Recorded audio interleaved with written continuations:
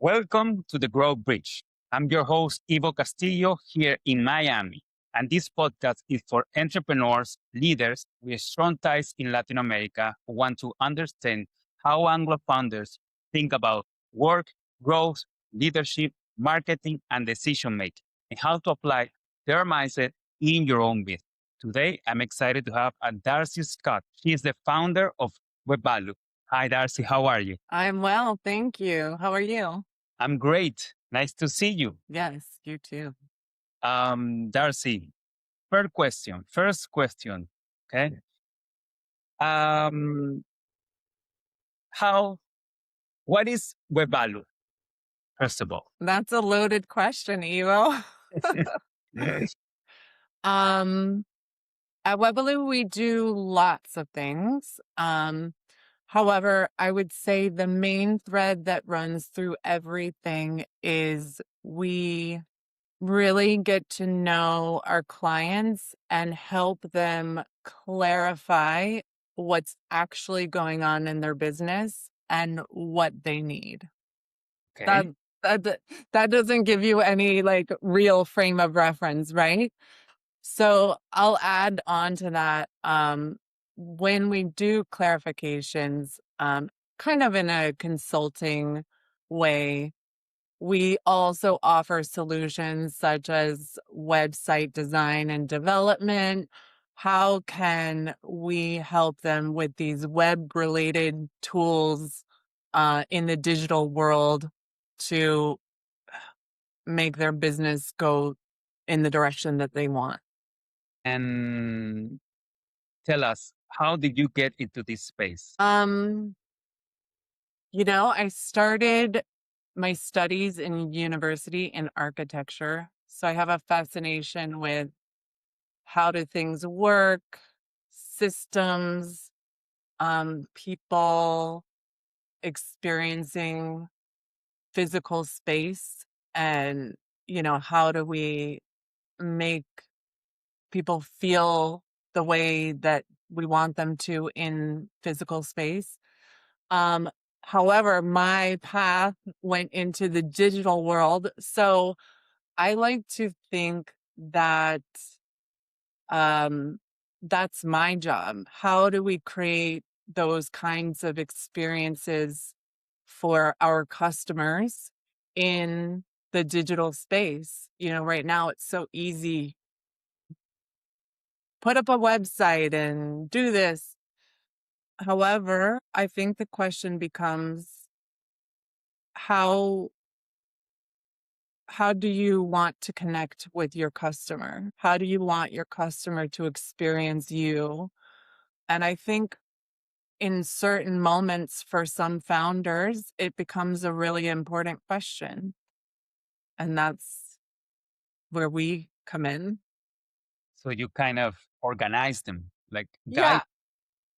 Yeah. I think we do a little bit of guidance. And I think most founders have an idea of what the vision is, you know, but they don't necessarily understand how to get there or even I think it also involves conversations about where they are at and being really truthful about where they are at in business and what they want to accomplish and how do they want to help their users.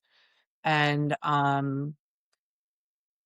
that's part of the process too, is being willing to tell the truth on yourself. And can you tell us, what do you enjoy most about the work you do? Yes, definitely. I think that the thing I enjoy most is that it's a journey for every single founder that we work with, for us and for them. Um, and I think that the thing I'm most proud of is being able to help our founders on their journey. They come in with this big vision, or sometimes they don't even have a vision, they just want to make more money.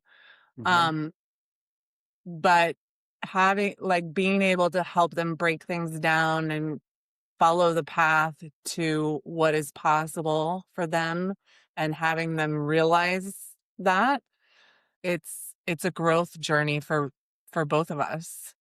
Um, and that's really special. So you can tell, so you would say that your service and your intervention is not a short term intervention. Not usually. I mean, sometimes, um, we always start with strategy, like Mhm. strategy workshops that we do over a few sessions within a week or two.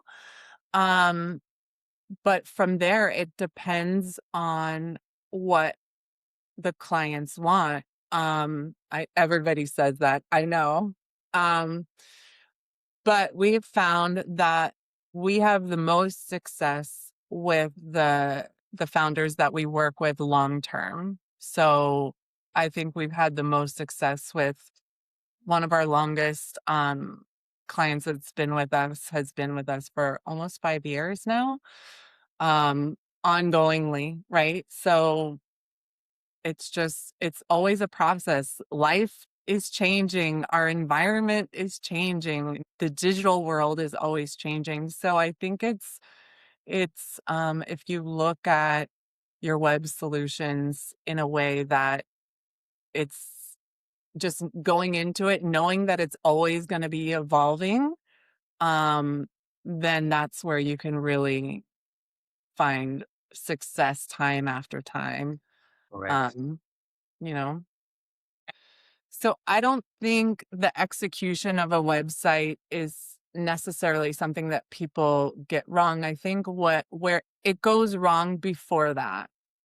And I think where it goes wrong is identifying the business goals, what you're trying to accomplish, and really getting clarity around what the goals are for the business. So if you execute a website either having the wrong information in mind, or worse, the founder is thinking one thing and the web designer is thinking a different thing, you know, obviously the execution is going to be off. Um, but I think it's more of a clarity issue. So it comes prior, I think, in the foundational work is where people not doing the work or not understanding their goals, I think is where it goes off first.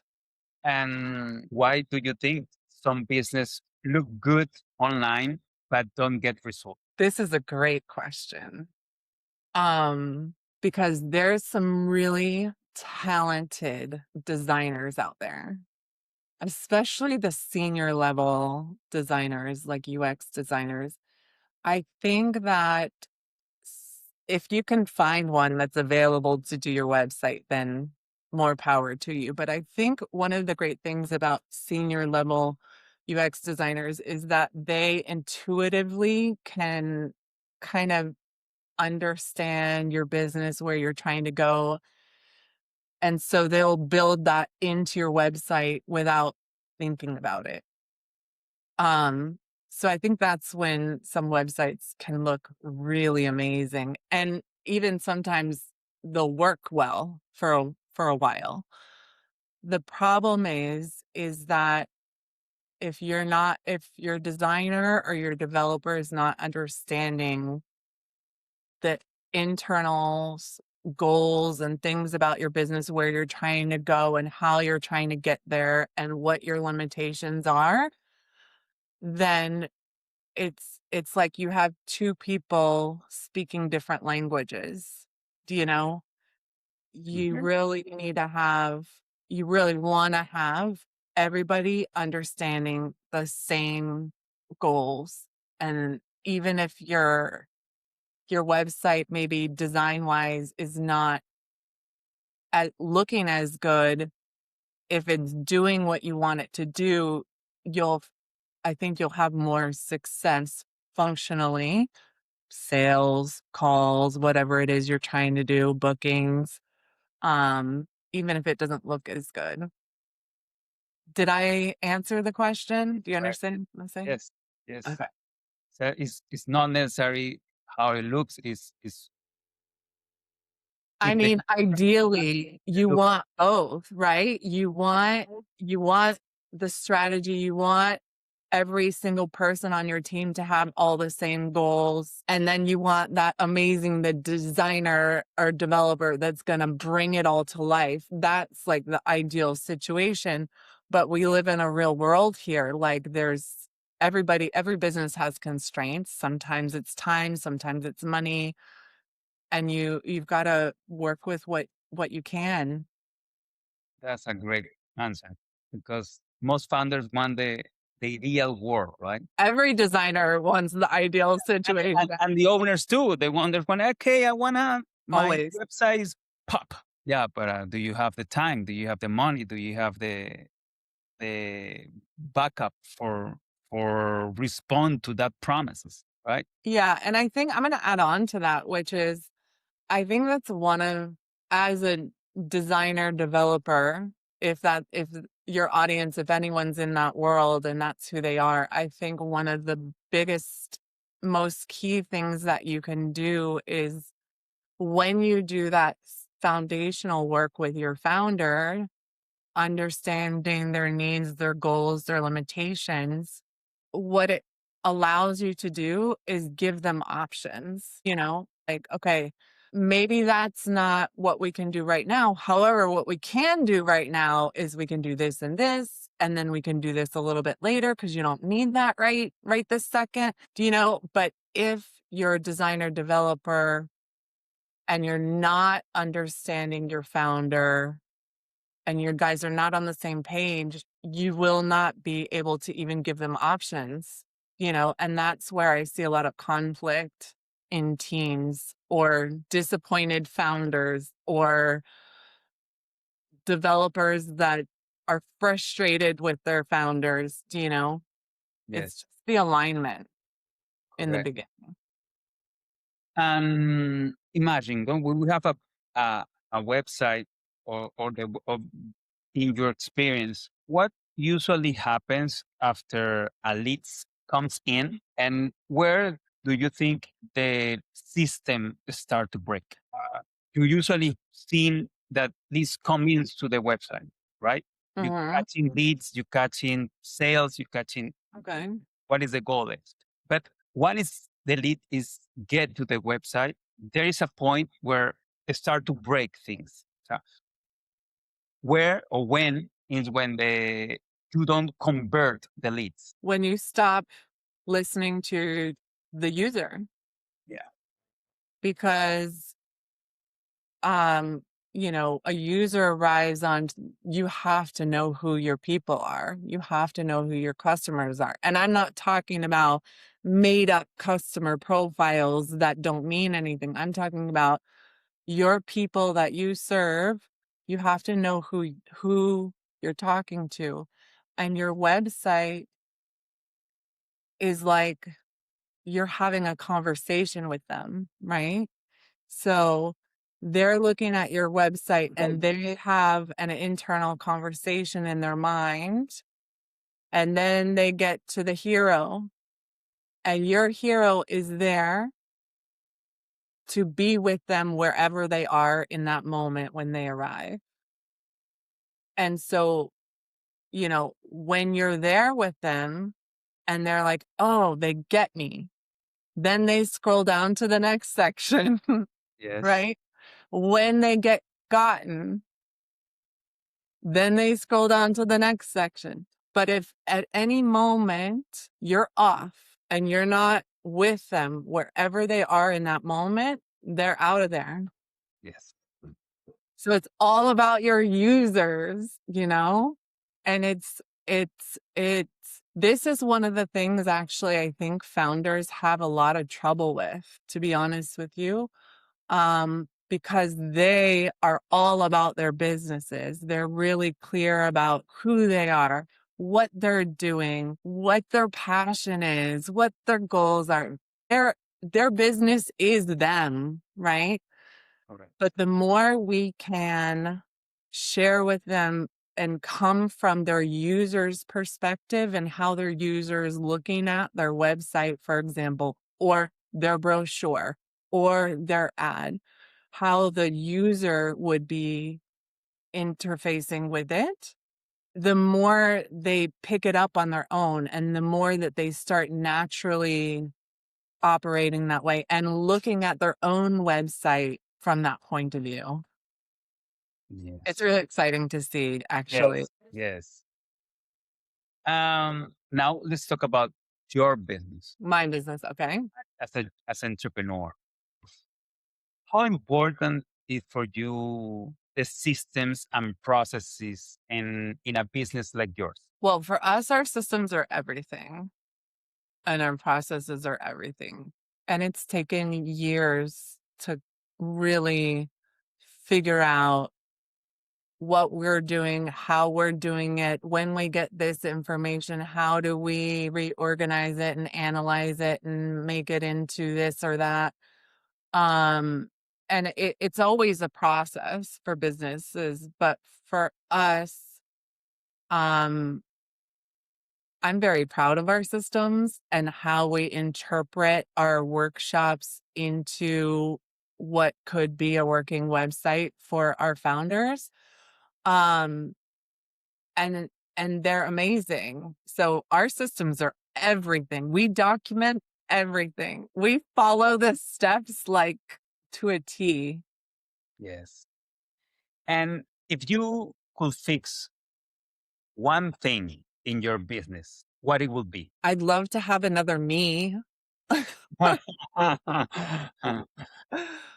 as a founder, there's never gonna be another you, you know? No one's ever gonna hold the same mindset that you do.